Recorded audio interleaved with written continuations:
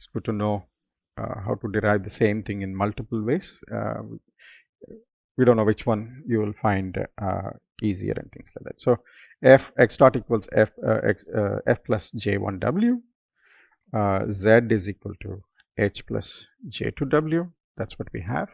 And what we want from the dissipativity theory, if you remember, basically we want v dot is less than the supply rate. In this particular case, the supply rate is gamma square w dot w transpose w minus z transpose z, right?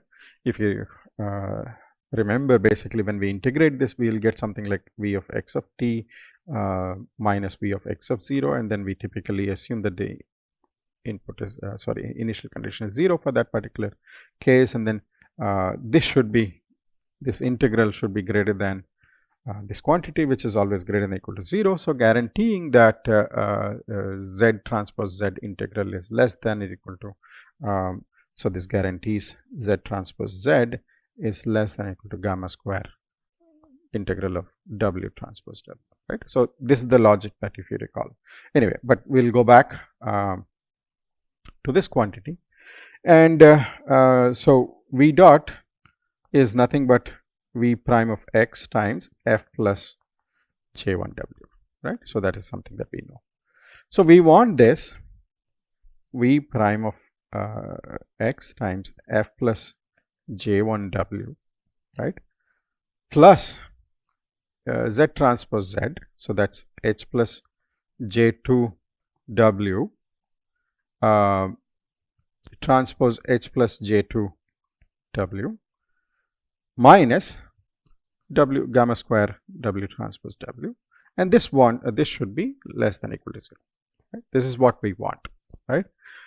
So but this is equivalent, if and only if I maximize this over some w, right, not as a signal but as a algebraic quantity, take all this and put it here, right? And I'm going to write this in a very specific form: v of v prime times x plus h transpose h, that's the term that's independent of w. Then we'll have something like v prime of x, let me not v prime f plus 2 times h transpose j2, this whole thing times w, so that's a linear time in w, plus and then perhaps I will write it as a minus, you will see in a second, minus gamma square identity minus j2 transpose j2 with w multiplying both sides, right? And we want this to be the maximum of this particular function should be less than or equal to 0, right? So this is a quadratic function, and in quadratic functions, for example, which functions have minimum? The convex functions, and which functions have maximum? Concave functions. And then basically it doesn't require much convincing, but if this happens to be positive, then it's going to be a concave function. So we'll assume gamma square identity is greater than or equal to j2 transpose j2, right? So, and this is pinpointing something very, very important. So if your measurement is getting disturbed by something, and then you cannot ignore that particular disturbance by something really big, basically your attenuation of the system is going to be quite huge, and then that's natural. If your measurement itself is directly getting influenced, and then somehow you are interested in capturing the this thing, so it may not actually have anything to do with the x dot part of it. It's part of the overall system, where somehow the vibration that you're getting from this particular system because of this disturbance directly, somehow we need to minimize through the system, and then basically the best we can do is at least something gamma that satisfies this quantity. Okay. Suppose on the other hand, if j2 happens to be 0, then any kind of gamma is conceivable, not necessarily possible because of the rest of the system, but we can do that, right, if j2 is 0. right? So something very important. So this is a convex function, and therefore basically convex quadratic function. So all we have to do is set the first derivative to 0. So basically we are going to get v prime f plus 2h2 h transpose j2 minus 2w transpose this whole thing is equal to 0. And so the let's say call the w star as your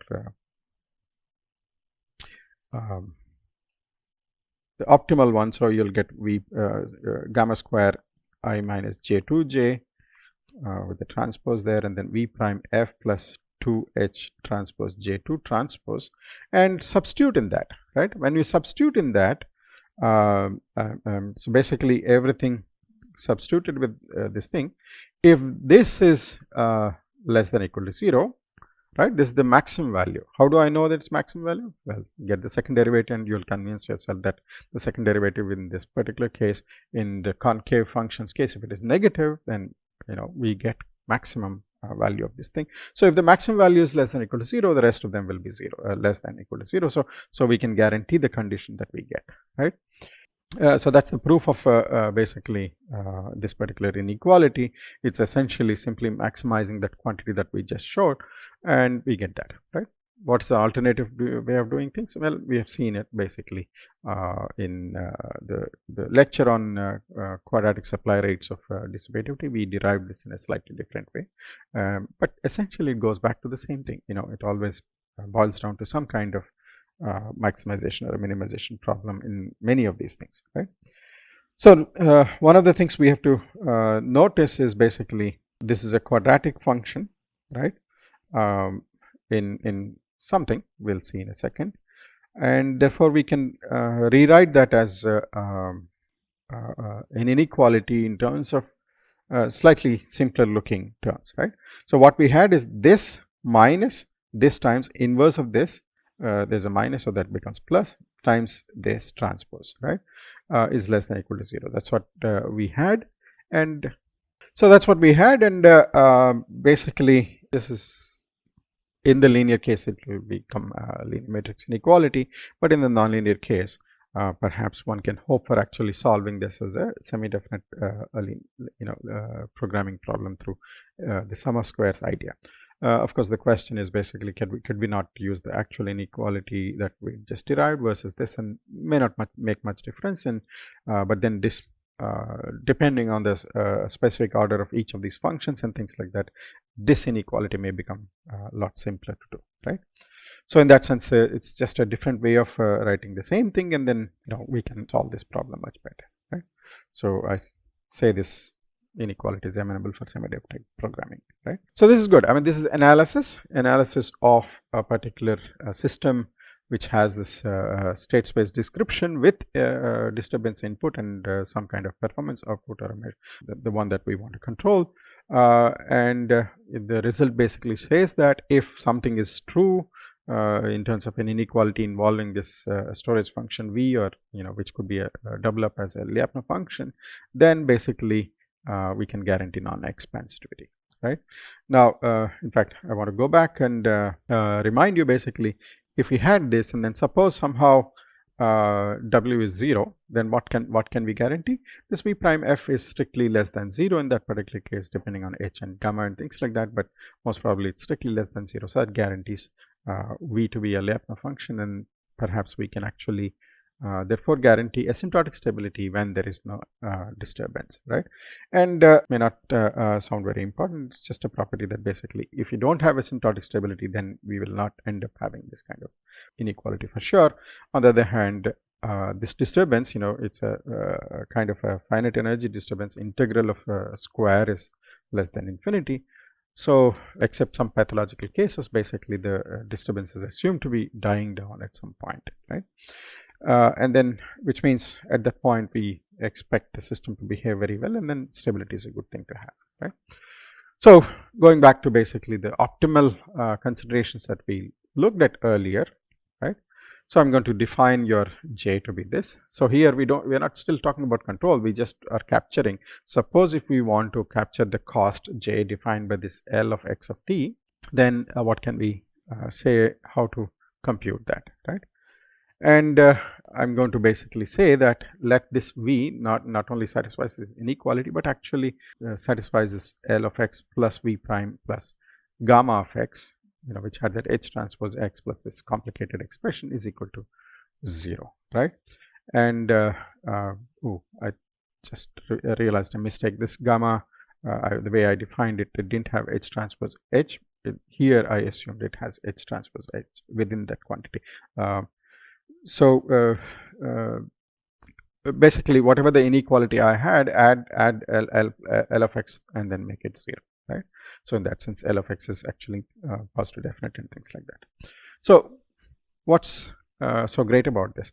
Well, if you recall, without the gamma part, when L of x plus V prime of f of x is equal to 0, in the closed loop sense, if you are doing control, then that was the equation coming from this Hamiltonian being 0 at the optimal control, and then Hamiltonian non-negative gives you the optimality, right? So this is something to do with optimality, but in purely analysis, actually it connects. Perhaps I will explain this in a second by actually going to my written notes. This is an important point that I kind of missed during the analysis part, right? So what I'm saying is basically if you had x dot equals f, no disturbance anything, and some kind of performance measure or something that I'm going to measure. Let's say this is a asymptotically stable system, okay? And if I had a Lyapunov function that satisfies this,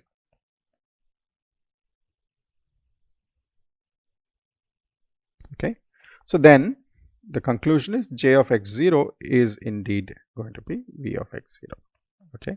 So the value function is indeed going to be given by v of x0, right? This is the result. And then how do I prove this? Basically, I know that v dot is nothing but this on any trajectory. Basically, I'm going to end up with this equality, and then integrating 0 to infinity. And since this is stable, I can integrate it till infinity without really a problem. And I'm going to basically get v of x of t minus v of x of 0. Okay. And this whole thing is equal to 0. And this, of course, is j of x0.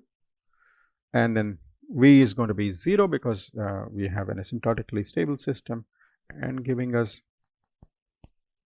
this, right? So let's see. So in the absence of disturbance, basically this equation L plus V prime f is equal to 0 guarantees that the value function, the Lyapunov function that we are using will provide the value for the performance measure. So by minimizing somehow V, and we get in the feedback control case, we can minimize simply the value function that we get. And then this whole Hamiltonian approach, or Bellman's principle of optimality through this Hamiltonian Jacobi-Bellman equation is essentially trying to somehow capture the performance cost through a value function like V, right? And then that value function, in this particular case, we are also using it as a Lyapunov function, right? So here we have additionally disturbance. So basically I have this gamma part there, right?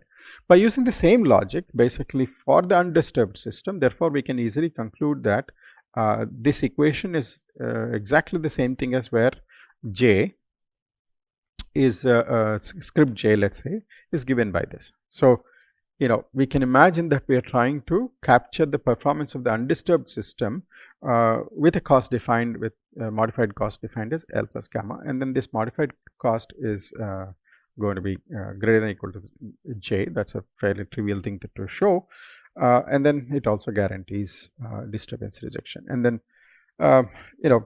we are trying to solve different problems at the same time, and then therefore we kind of have these various connections and things like that. But essentially we can therefore minimize this upper bound of the actual cost. We can actually show, in the disturbance case also, basically this j of x0 provides an upper bound of the actual cost that we are trying to minimize. Now, here is a remark that I should make. Many times we do this. Okay, when we want to minimize function, let's say, we could, and suppose it's a very difficult function, and basically can we actually take an upper bound of that, perhaps it's a convex function, and then minimize that, right? So essentially what we are doing is I'm trying to minimize this function, let's say, okay, and then I find an upper bound, okay, and I'm going to use a different color, and I will actually minimize that. And this is clearly an upper bound, everywhere basically this is lower than that and things like that. And when I minimize the upper bound, what I'm going to get is the minimum happens to be close to the maximum, right? So while it is a practical approach and standard approach for minimizing an upper bound and things like that, but mathematically one cannot actually convince ourselves it's a good problem to solve, but leaving that aside, basically it's a practicality that matters. So sometimes we don't know how to minimize this, so we go for the upper bound, right? So it's using the same logic, basically we will essentially solve a slightly different problem, okay? So in that sense, this particular problem, what we are trying to capture is, instead of capturing the actual j, which we don't know how to do it, we'll capture the upper bound, okay, through this equation. Okay, so what about robustness? Well, I mean, this is something quite important for us to understand. If we had uncertainty, right, how do we capture? Well, I could actually consider just the robustness and then performance together, and then it will lead to a similar conclusion, right? Basically, what we just saw, something like j of x defined on this uncertain system, we will have to define some kind of upper bound script j and then minimize that, right? So here I'm complicating the problem even further, and basically how do I capture performance of a system that has both uncertainty as part of its model and disturbance that is coming from an external source, right? So one of the things that we could do is actually rewrite this as this feedback interconnection of this delta block, and then basically you will get x dot equals f plus gu plus j1w plus z remains the same thing, y is h1. As you can see, basically u is delta y. If I substitute y in there and then finally u in this particular thing, we'll get back to the actual system, right? So let me show you what I mean by that in the handwritten thing. Basically, I have x dot is equal to f plus g times u plus j1 times w, z equals h plus, I don't know, let h1 plus j1w, and then y is equal to h1, okay, j2w. Okay, so this is I can rewrite this as something like f plus g j1 u w, and then y and z I can put any order I want, h1 plus 0 j2, so 0 0 0 j2 times uw, right? So I'm rewriting this entire system as basically a larger system, so to speak, with x dot equals f plus some g tilde, u tilde, and then y tilde is equal to h tilde plus j tilde, u tilde, right? So I have this. Now what do I expect for u tilde to satisfy? That's the question. So we want z transpose should be less than or equal to gamma square w transpose w, and knowing what delta satisfy, perhaps delta belongs to also something similar, and we want probably y transpose y to be less than or equal to, I don't know, let me put gamma 1 there and then gamma 2 square w u transpose u, right? So I can, but then I need to combine these two. right? These are two different inequalities. We want them to satisfy simultaneously. So of course I can combine these things by adding a scaling factor, basically Z transpose minus, I don't know, let me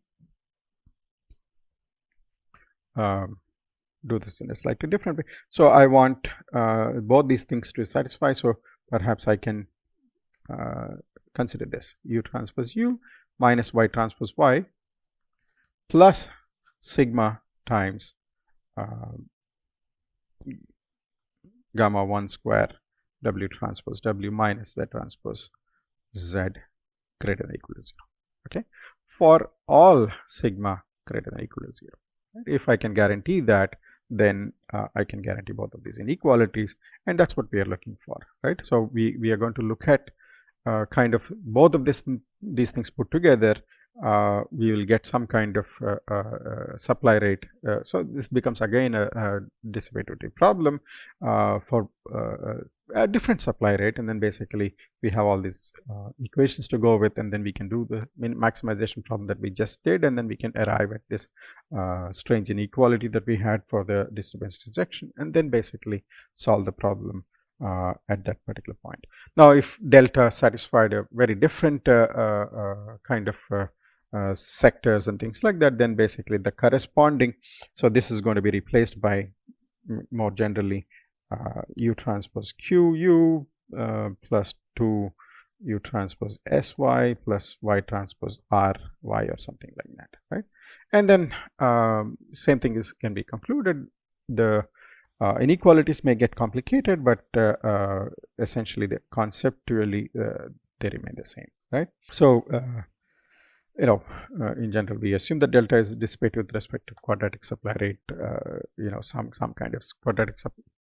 Yeah, so we can assume some kind of quadratic supply rate, and we have seen in the dissipativity lecture, essentially, if we have a condition on delta, that could be written as a dissipativity with respect to a static operator and things like that, right? So all those things we can apply here and then solve the problem. And I'm repeating myself, basically, instead of looking at these two different supply rates, we need to satisfy both the supply rate.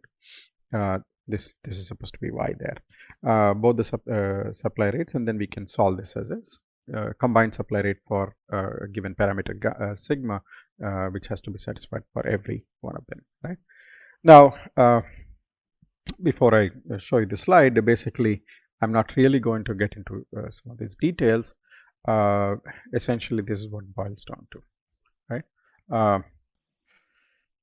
So if I have further actually feedback problem, so I'm going to say F plus GU, I don't know, G1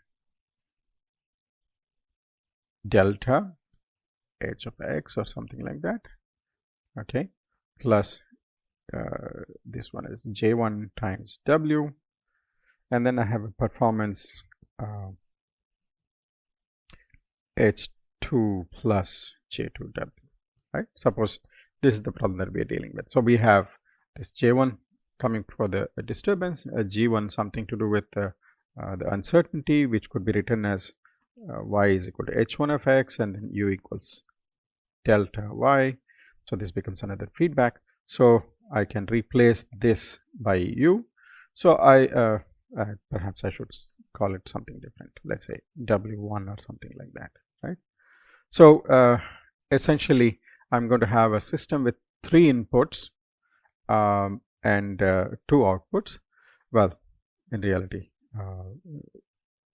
we could actually take this third output also as phi x and things like that. But the problem becomes basically, can I find a feedback control phi of x? Okay, how can I find this phi of x that kind of satisfies the closed? So we can basically try to look for a phi that satisfies the dissipativity with respect to this more complicated input and more complicated outputs that we have just seen. So you know, in that sense, it's a reverse problem to solve the feedback control problem. And then we can bring in optimality considerations just the way we did, you know, by adding that gamma and things like that, and we can solve the upper bound and things like that.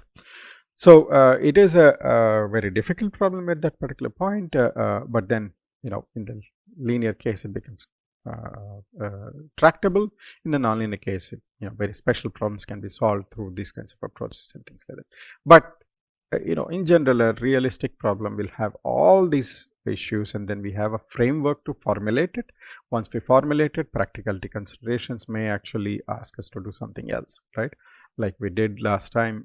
Basically, we may find some controller that stabilizes and has dissipative property, and then optimality may come from the fact that there's some kind of inverse optimality. So these practical considerations are must, but at least the framework will suggest a way forward in terms of how to explain what we are doing, right? So with that, this is kind of conceptually comes to a close in terms of this particular course. And as I said, at the end of this particular course, the last lecture will discuss about very high level issues that we haven't considered, and then some things that we should look forward to and things like that. But from a learning perspective, I think this is kind of the last lecture, and then basically the next lecture and so on, we will focus more on problem solving and things like that. Consider this as a revision for your final step of this particular course in the exam that is going to come. Thank you.